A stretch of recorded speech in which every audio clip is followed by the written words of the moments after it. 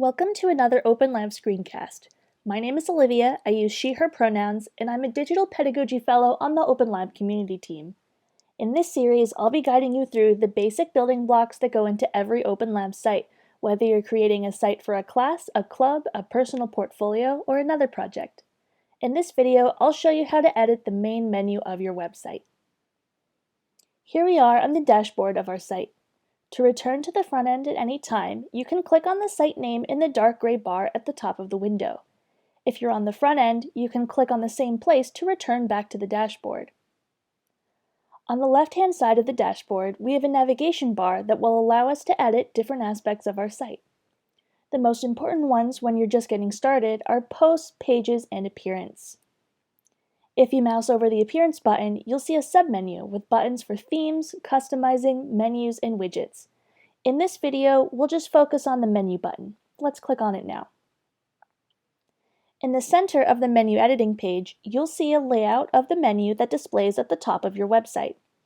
To edit or delete something on your menu, click on the small arrow next to the name of the item.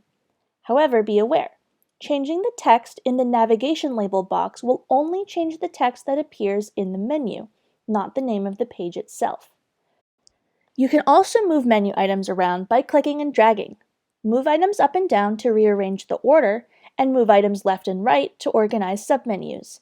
By default, the assignments and syllabus items are sub-items for course materials, which means that on the front end of the site, you need to mouse over course materials in the menu in order to see these items.